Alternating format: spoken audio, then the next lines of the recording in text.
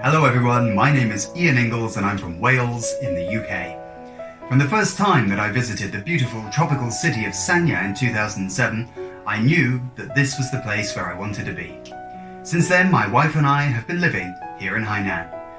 In this short video, I'd just like to share with you some of my experiences during the COVID-19 outbreak. When the outbreak first became apparent, I was a bit concerned, a little bit worried, but I was soon reassured when I saw the measures being implemented by the Chinese authorities.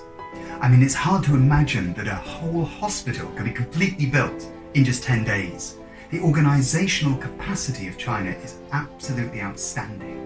Another thing that amazed me was the tens of thousands of medical personnel who chose to go to Hubei to do their bit in helping out Wuhan.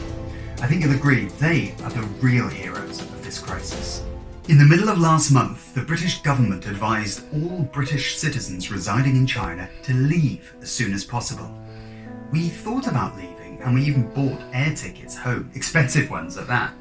But as the situation in China continued to improve, we became more confident that remaining in China would be the right thing to do.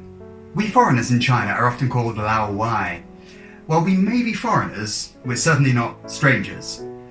During the epidemic, a lot of foreigners in China made their own contributions as a way of showing their friendship and solidarity. When I was on holiday in Laos recently, I managed to buy 300 face masks, which I then donated to the Sanya People's Hospital. My daughter was born in that hospital, so giving the masks to them was very important to me, my small way of repaying some of the kindness that they had shown to me and my family. During the winter holidays, some of my foreign friends and acquaintances from Hainan travelled abroad or went home to spend the holiday with their families. They'd often send me messages asking me what the latest situation on the ground in Hainan was like. I would find out the latest information and advise them on what to do. China is, and for some of us has been for many years, our second home. China has been a great friend to me and to many of my fellow Lao Wais. As the old English adage goes, a friend in need is a friend indeed.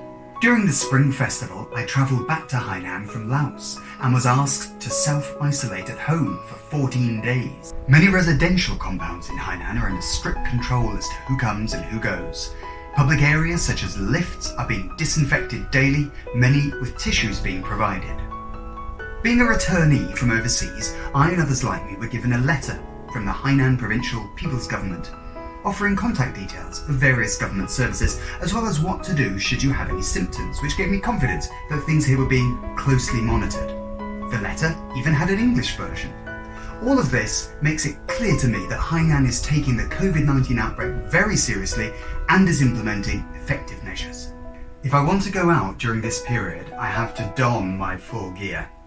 A face mask is an absolute must. People are joking now that even God needs to wear a face mask these days. Also, if you go out, don't forget to take with you these two very important documents, your entry and exit permit and your Hainan Health QR code. Every time you enter a supermarket or go into a residential compound, you will have to have your temperature taken. Now, to help foreigners, there is even an English version of the Hainan Health QR code, which makes life a lot easier.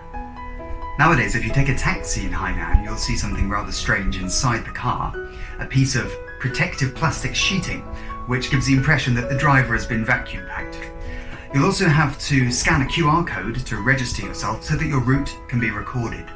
I try to keep myself updated on the developments of the outbreak. Things are looking a lot better now, but the control measures have not yet been scaled down. I don't go out much now, but my little daughter certainly keeps me busy. Everyone here has made his or her contribution to controlling the spread of the virus simply by staying at home. Now, some of my friends have already gone back to work. Companies have to implement certain measures, such as providing face masks and disinfectant to employees. Canteens provide pre-packaged meals, which employees must eat on their own. And meetings have been replaced by video conferences. I hope that this short video has given you a better idea of what life has been like here in Hainan during the epidemic. It has certainly made me realise how intimately humanity is connected. I've also been deeply impressed by the ability of the Chinese government and people to act together to control and fight this pestilence. I look forward to the day when we can all remove our face masks and carry on with our lives. And I'm certain that that day is not far off now.